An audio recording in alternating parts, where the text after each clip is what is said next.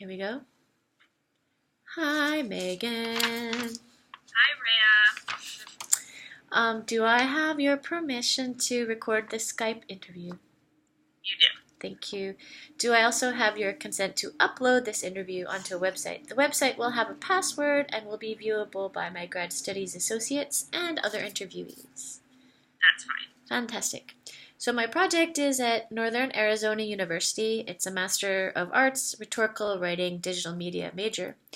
I chose an interdisciplinary focus, the study of the documentary Cowspiracy and its effectiveness as a model for behavior change toward environmental sustainability, as well as using it as a media literacy tool. So the first question I would like to ask you is to introduce yourself. Tell me about yourself. I'm Meaghan.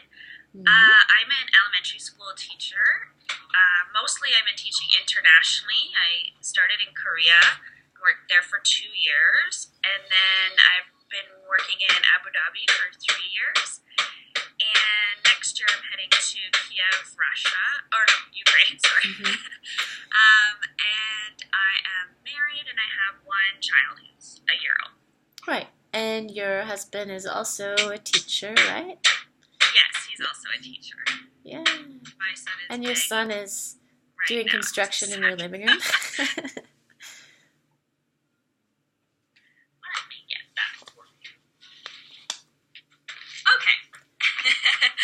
No worries. So what did you think of the documentary Cowspiracy? I thought it was very, very powerful. I thought it was really sort of smartly done. Okay. I've seen a lot of documentaries about, I don't know, like the meat industry or that kind of thing that can be very effective, but a lot of sort of visuals that are hard to watch. Yeah. And I found that they really stuck to sort of facts and statistics, and even though it's documentary and it's enjoyable to watch and stuff, and you're following this guy, I liked the way he did it. It wasn't, pretentious or anything. It was very, these are, the facts, and I'm going to go find out more about it. And I thought that was really cool. I've been thinking about it a lot since I've watched it, so it obviously has some power to it. Yeah. Well, me too, as I now became obsessed enough with it to do this project. Yeah. Yeah, I felt like it was. I really love film and all kinds. I like documentaries and I like other kinds of film, and I was really impressed with the cinematography and the way he used some artistic elements, but it was, like you said, very logical. And me too, I've watched other like Earthlings and stuff that shows really gory images, and I find people are more open to that if they're already kind of living a way that is in alignment with that, and then they feel like it justifies what they're doing. But when someone isn't, it can just be really overwhelming. Because I think the first time that I watched those gory kind of documentaries about, abstaining from animal agriculture, I was totally a meat eater, and I was like, ooh, don't want to see that right now. Yeah. But I felt like Cowspiracy appealed to our logic more first. Although I guess it could be emotional as well.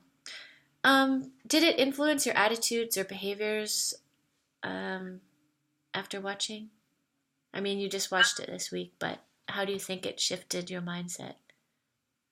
I've been eating a lot less meat and reading a lot more about becoming vegan. I'm a failed vegetarian now, like probably 3 times. But since high school, I've been a vegetarian for maybe like a year or a year and a half, wow. and then whatever happens, I fail at it, and then it just sort of becomes this thing where I start eating meat again.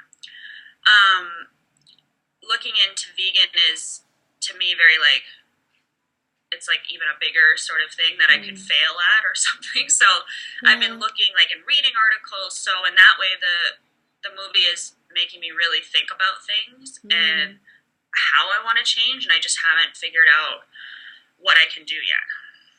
Well, that's really interesting. Well, yeah, I've been a vegan for a few years now, but I think it's been a process of a 10-year thing or more. similarly to you, like I was like, okay, I'm gonna be vegetarian for a while, and then I did it, and then social reasons are another thing. I went off of it again, and I think now is a time that it's easier to do because it's so much easier to get information or to see other people's experiences and journeys through social media, which is why I wanted to combine social media with this project because I think media in itself is really important in education on many different levels to different ages. And I think we have to learn how to filter media, understand media, how messages are created, and who's behind the messages. So I feel like they're really connected issues.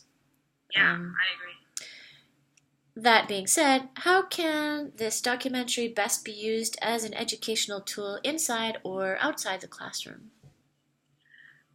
Inside the classroom, I think it would be a really sort of good discussion or debate tool. Mm-hmm.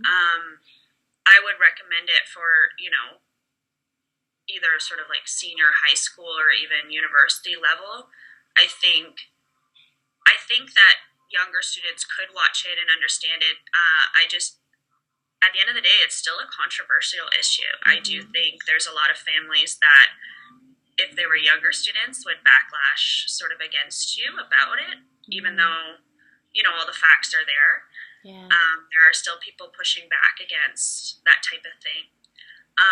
But it would be really interesting to see what sort of older students thought about it and how they reacted to the film. And I think how they change, because I think students, especially like young people, are really, open to change and, willing to. Yeah, and they tend to have pretty high levels of, um, well, ability with technology. I'm not sure how highly media literate they are, but I think that, you know, younger generations have so much more, um, like, what's the word I'm looking for?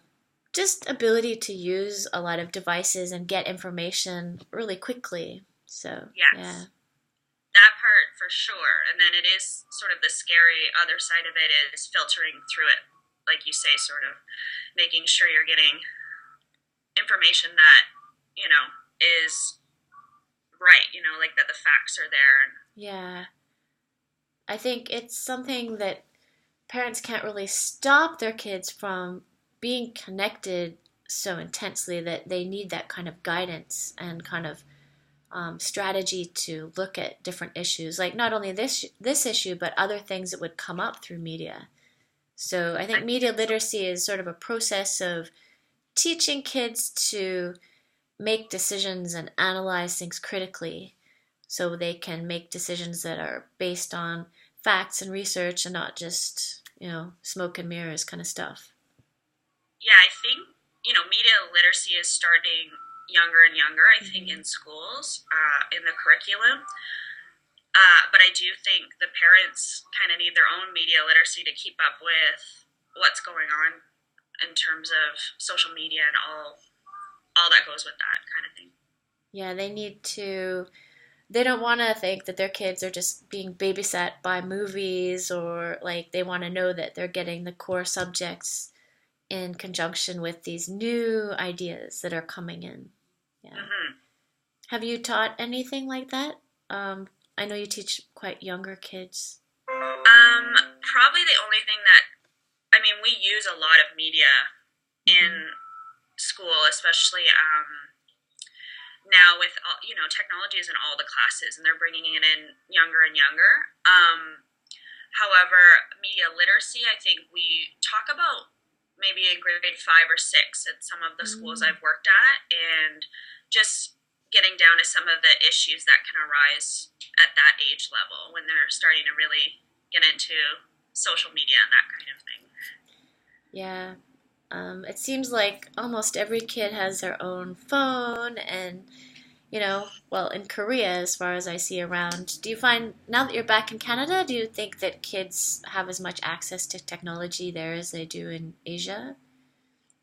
Um, yeah, I do think so. Yeah. I think now kind of people think like you have to have a phone and you have to have an iPad and that kind of thing. So I do think even in Canada here, all the kids have technology with them.